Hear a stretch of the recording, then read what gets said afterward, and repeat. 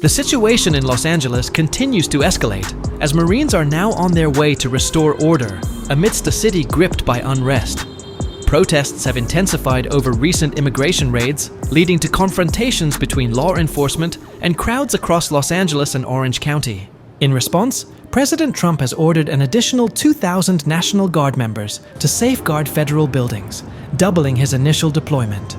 Meanwhile, 700 Marines from an infantry battalion based in 29 Palms are en route to Los Angeles, marking a dramatic increase in federal intervention. Over the weekend, the LAPD reported arresting more than 70 individuals during the protests.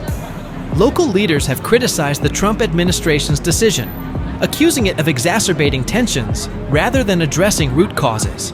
However, supporters of the deployment argue that the city is on the brink of chaos, with escalating violence threatening to destroy critical infrastructure and neighborhoods. The arrival of the Marines is viewed as a necessary step to stabilize the region. Downtown Los Angeles bore the brunt of the unrest, with at least 7 stores on Broadway looted overnight. High-profile retailers like Adidas, a jewelry store, the Apple Store, Shoe Palace, and a pharmacy were targeted. Early morning scenes revealed shattered glass and ransacked interiors as cleanup efforts began. The devastation underscores the growing lawlessness that has compelled federal authorities to act decisively. Critics have raised concerns about the nature of the protests, questioning whether they genuinely represent the immigrant community or are being co-opted by those with destructive motives. Violent clashes with law enforcement, including attacks on police vehicles and the desecration of the American flag, have fueled debates about the legitimacy of the demonstrations. Supporters of the military deployment argue that such actions undermine peaceful advocacy and necessitate strong intervention. Los Angeles Mayor Karen Bass, addressing the situation from the Emergency Operations Center, condemned the looting, but expressed skepticism about the increased military presence.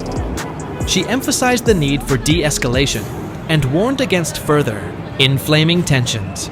California Governor Gavin Newsom echoed similar concerns, calling the deployment of additional troops an overreach and a step toward authoritarianism.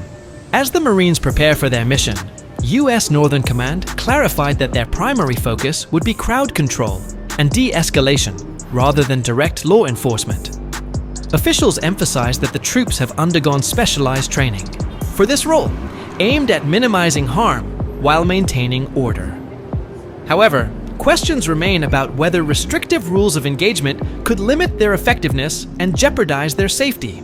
President Trump defended the deployment, asserting that decisive action was necessary to prevent Los Angeles from descending into complete chaos. He criticized state and local leaders for failing to maintain order and accused them of enabling lawlessness through inaction. The president's statements highlight the deep divisions between federal and California authorities over how to address the unrest. The protests began peacefully on Friday in response to federal immigration operations, but escalated over the weekend as tensions boiled over. By Sunday, clashes between demonstrators and law enforcement had intensified, with flashbangs, projectiles, and arrests punctuating the chaos. The presence of camouflage-clad troops and National Guard members near federal buildings added a militarized dimension to the unfolding crisis. Amid the turmoil, the federal building in downtown Los Angeles became a flashpoint for protesters, after reports emerged that ICE detainees were being held there. National Guard troops have been stationed around federal facilities, checking IDs and ensuring security. The Pentagon's decision to deploy military personnel without the state's consent marks a rare and contentious federal intervention reminiscent of actions taken during the civil rights era. As the situation evolves, questions about the long terms, implications of this response persist. Will the deployment of Marines and National Guard troops restore order or further divide the city? Critics argue that addressing underlying grievances and fostering dialogue are essential for sustainable peace. Supporters, however, maintain that decisive action is necessary to protect lives, property, and the rule of law. For now, Los Angeles stands at a crossroads, with its future hinging on the ability of its leaders and citizens to navigate these turbulent times.